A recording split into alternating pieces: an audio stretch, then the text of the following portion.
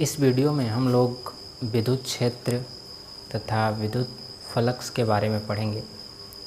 चूँकि हम जानते हैं कि जो आवेश होता है वो दो प्रकार के आवेश होते हैं, एक तो धन आवेश होता है और एक ऋण आवेश होता है।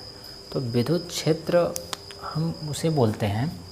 विद्युत क्षेत्र की अगर हम डिफिनीशन देखें तो होता है कि किसी आवेश या आवेश के श्रृंखला के चारों ओर वह क्षेत्र जहाँ कोई अन्य आवेश आकर्षण या प्रतिकर्षण बल का अनुभव करता है उसे हम विद्युत क्षेत्र कहते हैं।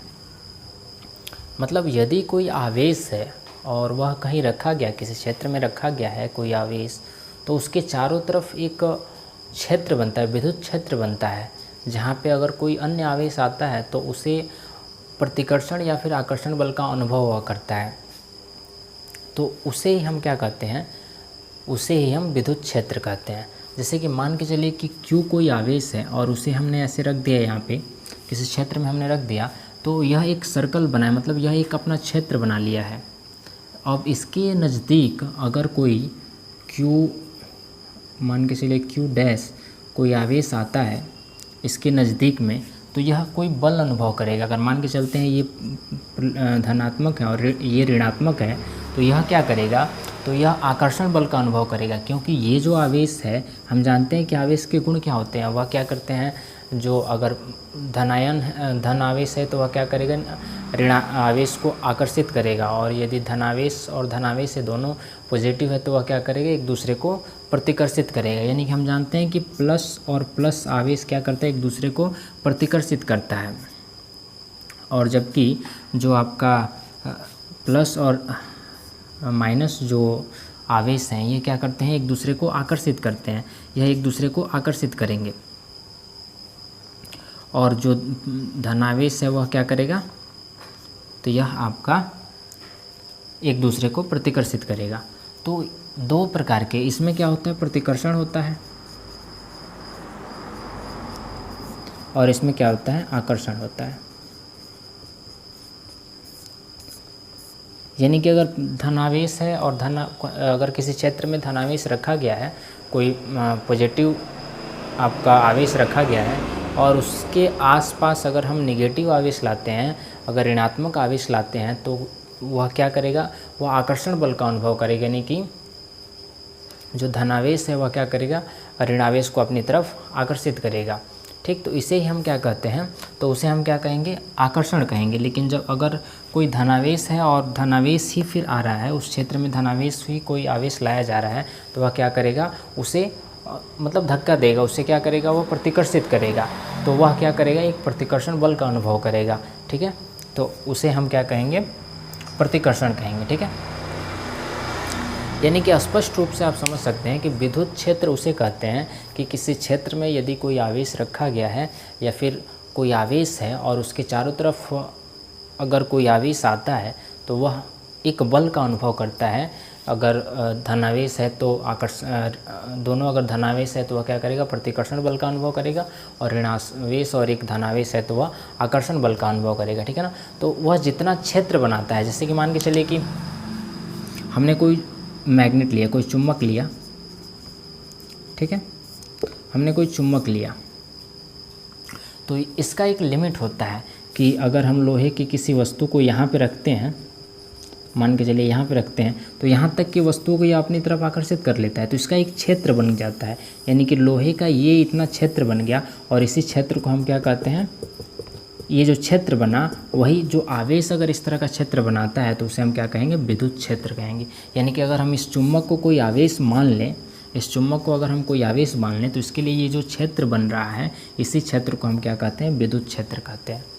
ठीक है, अब आपको समझ में आ गया होगा कि विद्युत क्षेत्र किसे कहते हैं, और डिफिनीसन आपका ये है। अगर आप समझे होंगे तो डिफिनीसन आपको याद भी हो गया होगा। सिंपल डिफिनीसन है कि कोई आवेश या फिर आवेश का श्रृंखला, या फिर केवल आवेश ही कह सकते हैं, कि किसी आवेश के चारों तरफ का वह क्षेत्र जहाँ पे कोई अन्य आवेश आने पर आकर्षण या प्रतिकर्षण बल का अनुभव करता है, उसे हम क्या कहते हैं, विद्युत क्षेत्र कहते हैं। ठीक है, एकदम आसान है, क्योंकि कोई आवेश अगर रखेंगे तो उसके पास अगर कोई दूसरा आवेश लाएंगे तो वह क्या करेगा, या तो आकर्षण बल का अनुभव करेगा या फिर प्रतिकर्षण बल का अनुभव करेगा। ठीक है, क्योंकि प्लस होगा, दोनों प्लस होगा तो प्रतिकर्षण, और दोनों एक ऋणात्मक और एक धनात्मक होगा तो आकर्षण बल का अनुभव करेगा। तो वो क्षेत्र क्या कहलाता है, विद्युत क्षेत्र कहलाता है। ठीक है, तो चलिए आगे देखते हैं हम। आगे देखिए परीक्षण आवेश किसे कहते हैं। तो परीक्षण आवेश जो होता है वह एक सूक्ष्म आवेश होता है जिसे हम किसी विद्युत क्षेत्र में ले जाते हैं, तो वह क्या करता है, उस विद्युत क्षेत्र में कोई परिवर्तन नहीं करता है, उसे ही हम क्या कहते हैं, परीक्षण आवेश कहते हैं।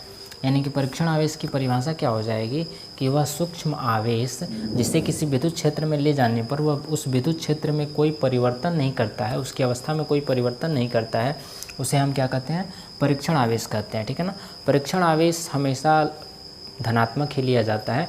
ठीक है, विद्युत क्षेत्र की तीव्रता किसे कहते हैं। तो विद्युत क्षेत्र की तीव्रता जो होती है, तो विद्युत क्षेत्र के किसी बिंदु पर क्षेत्र की तीव्रता उस बिंदु पर प्रति एकांक परीक्षण आवेश पर लगने वाला बल होता है। अर्थात कि यदि कोई आवेश Q, परीक्षण आवेश अगर कोई Q है और वह किसी विद्युत क्षेत्र में F बल का अनुभव करता है, तो उस क्षेत्र पर, उस बिंदु पर विद्युत क्षेत्र की तीव्रता बराबर क्या हो जाता है, वेक्टर F बटा Q हो जाता है परिभाषा के अनुसार। ठीक है ना, हमें यह फॉर्मूला प्राप्त होता है।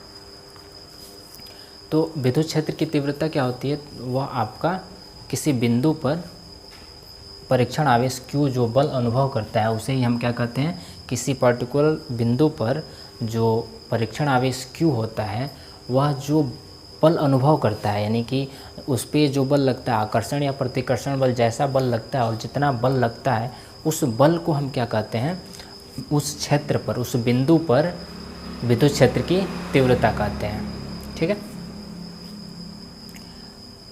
यह जो होता है विद्युत क्षेत्र की तीव्रता जो होती है यह एक सदिश राशि होती है, यह सदिश राशि होता है।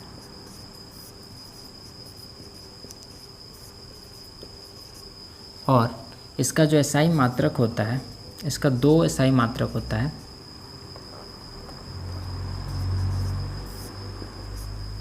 पहला एसआई मात्रक होता है इसका न्यूटन प्रति कूलाम और दूसरा होता है वोल्ट प्रति मीटर स्क्वायर।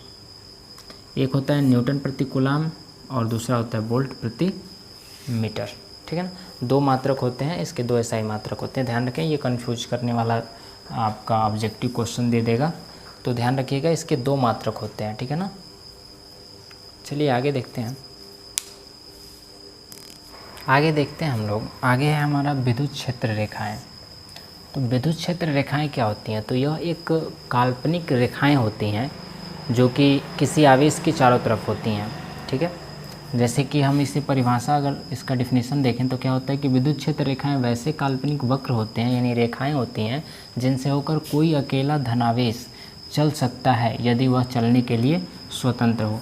यानी कि ये जो रेखाएं होती हैं वह एक ऐसा पथ होता है जिससे क्या होता है कि कोई धनावेश अगर चलना चाहे तो वह चल सकता है, वह कहीं भी उसको रुकावट महसूस नहीं होगी, यानी कहीं भी वह रेखाएं कटेंगी नहीं। ठीक है, यानी कि कोई दूसरी रेखा उसे काटेंगी नहीं, वह आसानी से ऋणावेश की तरफ चला जाएगा। तो उस रेखा को, उस काल्पनिक पथ को ही हम क्या कहते हैं, विद्युत क्षेत्र रेखाएं कहते हैं। जैसे कि यहाँ पे चित्र नंबर 1 में आप देखिए, फिगर नंबर 1 में, इसमें आप देख रहे हैं कि ये धनावेश है। ठीक है, तो धनावेश है, अगर हम यहाँ पे इसके पास कोई धनावेश लाते हैं तो यह क्या करेगा, तो यह क्या करेगा, यह उस धनावेश को मतलब प्रतिकर्षित करेगा, यानी कि सीधे रेखाओं में उसको ढकेलता जाएगा, अनंत तक उसको क्या करेगा, वह ढकेल देगा, ढकेलता रहेगा। ठीक है ना, तो वह प्रतिकर्षित करेगा उसे। तो इसकी जो रेखाएं होती हैं, जो काल्पनिक रेखाएं होती हैं, सिंगल यानी कि एक धनावेश की जो रेखाएं होती हैं, मतलब एक आवेश की जो रेखाएं होती हैं वो सीधी होती हैं। ठीक है, सीधी वक्र होती हैं। जबकि अगर किसी क्षेत्र में 2 आवेश रखे गए हैं, एक धनावेश हो और एक ऋणावेश हो, तो इसकी जो रेखाएं होती हैं वह कुछ इस प्रकार की होती हैं। फिगर में आपको दिख रहा होगा कि इसमें क्या है कि इसमें जो आकर्षण बल लगता है यह एक दूसरे को आकर्षित करते हैं, यानी कि इस काल्पनिक वक्र की तरह यह एक दूसरे को आकर्षित करते हैं। और वही जो अगर दोनों के धनावेश हो तो यह क्या करेंगे, एक दूसरे को प्रतिकर्षित करेंगे। और इनमें खास बात ये होती है कि ये रेखाएं कभी भी एक दूसरे को काटती नहीं हैं। ठीक है, तो यह अगर दोनों धनावेश हैं तो वह दोनों क्या करेंगे, एक दूसरे को प्रतिकर्षित करेंगे, एक वक्र बनाते हुए दोनों को क्या करेंगे, एक दूसरे को ये प्रतिकर्षित करेंगे। तो इन रेखाओं को ही हम क्या कहते हैं, विद्युत क्षेत्र रेखाएं कहते हैं। विद्युत क्षेत्र रेखाएं या विद्युत बल रेखाएं के निम्नलिखित गुण होते हैं। पहला होता है कि ये सदैव धनावेश से प्रारंभ होकर ऋणावेश पर समाप्त हो जाते हैं। जो विद्युत क्षेत्र रेखाएं होती हैं वो हमेशा धनावेश से प्रारंभ होती हैं और ऋणावेश पर समाप्त हो जाती हैं। दूसरा गुण होता है इनका कि विद्युत बल रेखाएं कभी भी एक दूसरे को प्रतिच्छेद नहीं करती हैं, यानी कि विद्युत क्षेत्र रेखाएं जो होती हैं वह कभी भी एक दूसरे को नहीं काटती हैं, क्योंकि यदि यह किसी बिंदु पर एक दूसरे को काटते हैं तो दो दिशाएं बन जाती हैं, और जो कि संभव नहीं है क्योंकि विद्युत क्षेत्र रेखाओं की एक ही दिशा होती है। तीसरा इसका गुण होता है कि विद्युत बल रेखाएं चालक की सतह के लंबवत होती हैं। जो विद्युत क्षेत्र रेखाएं होती हैं वह किसी चालक के सतह के लंबवत होती हैं। चौथा इसका गुण होता है कि विद्युत बल रेखाओं के किसी भी बिंदु पर खींची गई स्पर्श रेखा उस बिंदु पर परिणामी तीव्रता की दिशा को प्रदर्शित करती है। और इसका पांचवा गुण होता है कि विद्युत बल रेखाएं चालक से होकर नहीं गुजरती हैं, अतः किसी भी चालक के अंदर की जो विद्युत क्षेत्र की तीव्रता होती है वह शून्य होती है। यानी विद्युत क्षेत्र रेखाएं जो होती हैं वह किसी चालक से होकर नहीं गुजरती हैं। तो ये इनके निम्नलिखित 5 गुण थे। मुख्यतः ये 5 निम्नलिखित गुण थे इनके, जिसे आपको याद कर लेना चाहिए। आगे हम लोग देखते हैं विद्युत फ्लक्स, कि विद्युत फ्लक्स क्या होता है। तो इसका डिफिनेशन होता है विद्युत फ्लक्स का कि विद्युतीय क्षेत्र में रखे गए किसी सतह से गुजरने वाले सभी विद्युतीय क्षेत्र रेखाओं की संख्या को विद्युत फ्लक्स कहते हैं, जिसे हम फाई से सूचित करते हैं। यानी कि विद्युत फ्लक्स किसे कहते हैं, इसको थोड़ा सा ध्यान से समझिए आप, कि यदि कोई विद्युत क्षेत्र है, जैसे कि अभी हमने आप विद्युत क्षेत्र के बारे में पढ़ा कि यदि कोई आवेश रखा जाता है तो वह जो विद्युत क्षेत्र बनाता है, ठीक है ना, तो उसे हम क्या कहते हैं, विद्युत क्षेत्र कहते हैं। तो विद्युत क्षेत्र में यदि किसी सतह को रखा जाता है तो उस सतह से पास होने वाली जो विद्युत क्षेत्र रेखाएं होती हैं उनकी संख्या को हम विद्युत फ्लक्स कहते हैं।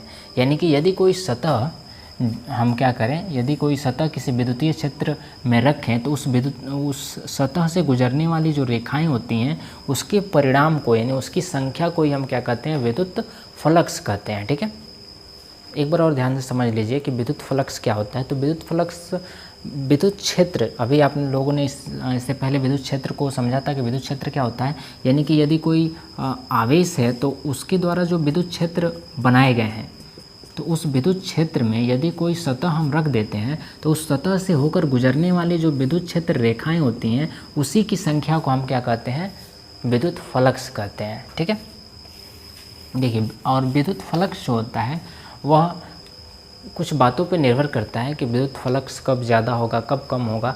तो ऐसा कुछ बातों पे वह निर्भर करता है। जैसे कि पहला जो बात होता है, पहली जो कंडीशन होती है वो ये होता है कि विद्युत जो क्षेत्र है उसका परिणाम अगर ज़्यादा होगा, यानी कि अगर ज़्यादा स्ट्रॉन्ग विद्युत क्षेत्र है तो वहाँ जो विद्युत फ्लक्स बनेगा, यानी कि वहाँ जो सतह से गुजरने वाली जो बल रेखाएं होंगी वह ज़्यादा होंगी, क्योंकि वहाँ पे जो क्षेत्र है, विद्युत क्षेत्र है, वह ज़्यादा है, वहाँ पे बहुत स्ट्रांगली विद्युत क्षेत्र लगा हुआ है। ठीक है, तो वहाँ पे जो विद्युत क्षेत्र रेखाएं होंगी वह सघन होंगी और वह किसी सतह से ज़्यादा गुजरेंगी, ज़्यादा मात्रा में गुजरेंगी। तो इसलिए वहाँ पे क्या होगा, विद्युत क्षेत्र, वहाँ पे जो विद्युत फ्लक्स का मान होगा वह ज़्यादा होगा। ठीक है, तो यह क्या होता है, तो यह विद्युत क्षेत्र के सीधा समानुपाती होता है। विद्युत फ्लक्स जो होता है वह क्या होता है, विद्युत क्षेत्र के सीधा समानुपाती होता है। ठीक है, अब देखिए दूसरा जो कंडीशन होता है वो ये होता है कि सतह का आकार क्या है। सतह के आकार पर भी विद्युत फ्लक्स निर्भर करता है कि सतह का आकार कैसा है। सतह का आकार यदि छोटा होगा तो उससे कम मात्रा में विद्युत बल रेखाएं गुजरेंगी, विद्युत क्षेत्र रेखाएं जो होती हैं गुजरेंगी। और सतह का मान यदि बड़ा होगा, सतह का आकार यदि बड़ा होगा तो उससे ज़्यादा विद्युत क्षेत्र रेखाएं गुजरेंगी। ठीक है, तो वहाँ पे विद्युत फ्लक्स का मान क्या होगा, ज़्यादा होगा। तो ये मतलब यहाँ पे मैंने आपको दिखाया हुआ है कि ये जो है आपका एक छोटा सतह और एक बड़ा सतह। हम देख पा रहे हैं कि छोटी सतह से कम विद्युत क्षेत्र रेखा गुजर रही है, जबकि बड़ी सतह से अधिक विद्युत क्षेत्र रेखाएं गुजर रही हैं। ठीक है, तो इसका अर्थ ये होता है कि विद्युत फ्लक्स जो होता है वो क्या होता है, सतह के सीधा समानुपाती होता है। यानी कि जो हम सतह लेते हैं, जो एरिया लेते हैं, उसके क्या होता है, यह सीधा समानुपाती होता है। ठीक है, तीसरा जो कंडीशन होता है, तो तीसरा कंडीशन ये होता है कि विद्युत फ्लक्स जो होता है वह क्या होता है कि थीटा के समानुपाती होता है, ठीक है ना। तो यह कैसे होता है, थीटा के सीधा समानुपाती यह कैसे होता है, तो देखिए जो विद्युत क्षेत्र होता है, तो विद्युत क्षेत्र में हम सतह किस एंगल पे रखें हैं उस पर डिपेंड करता है। अगर हम क्या करते हैं कि विद्युत क्षेत्र रेखा के लंबवत अगर हम सतह को रख देते हैं तो वह क्या होगा कि वहाँ से अधिकतम विद्युत क्षेत्र रेखाएं गुजरेंगी, ठीक है। तो अधिकतम विद्युत क्षेत्र रेखाएं गुजरेंगी तो उस समय क्या होगा कि विद्युत फ्लक्स का जो मान होगा वो ज़्यादा होगा। जैसे कि मान के चलिए विद्युत क्षेत्र रेखाएं हम देख रहे हैं कि इस दिशा में है, ठीक है, और हमने क्या किया, ये सतह है और सतह को हमने ऐसे रख दिया, तो विद्युत क्षेत्र रेखाएं जो होंगी वह क्या होंगी, इससे ज़्यादा पास होंगी, ठीक है ना, अधिकतम पास होंगी। तो उस समय जो विद्युत फ्लक्स का मान होगा वह ज़्यादा होगा, ठीक है। और ध्यान रखिएगा सतह का जो दिशा होता है, ठीक है ना, वह क्या होता है, मान के चलिए कि ये सतह है तो इसकी जो दिशा होती है वो इधर से होती है, या इधर से ले लें या फिर इधर से ले लें, ठीक है ना, इसके लंबवत होती है, ऐसे होती है, ठीक है।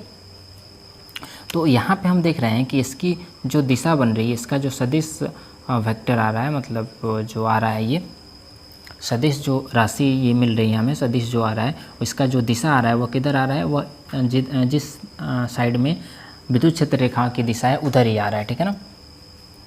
तो इस स्थिति में हम देख रहे हैं कि इसका जो थीटा का जो मान बन रहा है वो कितना डिग्री हो रहा है, 0 डिग्री हो रहा है, ठीक है ना। तो 0 डिग्री, जब थीटा का मान 0 डिग्री होगा तो उस समय जो फाई होगा यानी कि जो विद्युत फ्लक्स होगा वह ज़्यादा होगा, ठीक है। और दूसरे हम कंडीशन में ये देखते हैं कि यदि हम सतह को क्या करें, विद्युत क्षेत्र रेखा के हम कैसे कर दें, उसके ठीक समांतर रख दें, ठीक है, विद्युत क्षेत्र रेखा के ठीक समांतर रख दें, तो उस समय क्या होगा, जो इसका सदिश होगा वह किधर चला जाएगा, वह सीधे ऊपर हो जाएगा, ठीक है ना, और लंबवत ऊपर होगा, ठीक है। जिससे क्या होगा, यहाँ पे हम देखेंगे कि इसका विद्युत क्षेत्र रेखा और एरिया का जो सदिश होगा उससे मिलकर कितने डिग्री का एंगल बनेगा, 90 डिग्री का एंगल बनेगा, ठीक है। तो जब 90 डिग्री का एंगल बनेगा तो उस समय क्या होगा, हम इस सिचुएशन में देख रहे हैं कि इस सतह से कोई भी विद्युत क्षेत्र रेखा नहीं गुजर रही है, ठीक है ना। यहाँ पे देख रहे हैं कि कोई भी विद्युत क्षेत्र रेखा इससे होकर गुजर नहीं रही, तो उस समय विद्युत फ्लक्स का जो मान होगा वह क्या होगा, 0 होगा, ठीक है। तो इससे स्पष्ट होता है कि विद्युत फ्लक्स जो होता है वह क्या होता है, थीटा के यानी कि एंगल के क्या होता है, सीधा समानुपाती होता है, ठीक है। और हम ये देख रहे हैं कि यदि थीटा का मान 0 डिग्री है तो हमें अधिकतम मान प्राप्त होता है, विद्युत फ्लक्स का अधिकतम मान प्राप्त होता है, और यदि थीटा का मान 90 डिग्री है यानी अधिकतम है तो हमें विद्युत फ्लक्स का मान न्यूनतम प्राप्त होता है यानी बहुत कम प्राप्त होता है। तो ऐसा कब, यह ऐसा किस में होता है, तो ऐसा कॉस थीटा में होता है। कॉस थीटा जो होता है, कॉस थीटा यानी कॉस 0 जब लेते हैं तो हमें अधिकतम मान प्राप्त होता है, और कॉस 90 जब लेते हैं तो हमें न्यूनतम मान प्राप्त होता है, बहुत कम मान प्राप्त होता है, ठीक है।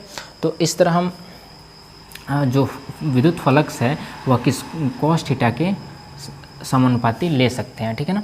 तो यह क्या हो जाएगा, विद्युत फ्लक्स जो होगा वह कॉस थीटा के सीधा समानुपाती हो जाएगा, ठीक है। तो इसको हम ऐसे लिख सकते हैं, इसका अगर मैथमेटिकल हम फार्मूला निकालें तो क्या लिख सकते हैं, तो इसको हम लिख सकते हैं कि फाई समानुपाती होता है किसके, विद्युत क्षेत्र के, एरिया के, और उसके बाद कॉस थीटा के, ठीक, इसके ये समानुपाती होता है। तो जब इसके ये समानुपाती होता है तो यहाँ पे जब हम इसको समानुपाती जब हटाएंगे, जब इसको इक्वल करेंगे तो यहाँ पे एक नियतांक जुड़ जाता है जो कि जिसका मान 1 होता है, तो यह क्या हो जाता है, ये कॉस थीटा।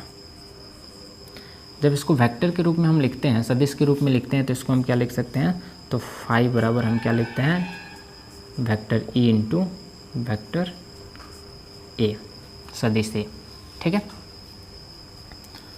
तो ये हमारा विद्युत फ्लक्स का मान होता है। तो ऐसे हम विद्युत फ्लक्स का मान ज्ञात करते हैं, इसका मैथमेटिकल फार्मूला ज्ञात करते हैं, ठीक है। तो उम्मीद है कि आपको ये विद्युत फ्लक्स याद हो गया होगा, समझ में आ गया होगा कि क्या होता है विद्युत फ्लक्स, ठीक है। आपको यह वीडियो कैसा लगा नीचे कमेंट करके बताइएगा, और साथ ही वीडियो को लाइक कर दीजिएगा, चैनल को सब्सक्राइब कर दीजिएगा। जल्द ही हमारे चैनल पर अब लगभग 1000 सब्सक्राइबर होने वाले हैं, जिससे आपको अब लाइव क्लासेज मिलेंगी, ठीक है। साथ ही अपने दोस्तों के साथ चैनल को शेयर करें, और साथ ही यदि आपको कोई डाउट पूछना है या क्यूज टेस्ट देना है या PDF नोट्स के लिए आप हमारे टेलीग्राम चैनल को ज्वाइन कर सकते हैं, जिसका लिंक आपको डिस्क्रिप्शन में दिया गया है। तो चलिए फिर मिलते हैं हम अगले वीडियो में। अगले वीडियो में गॉस प्रमेय के बारे में पढ़ेंगे।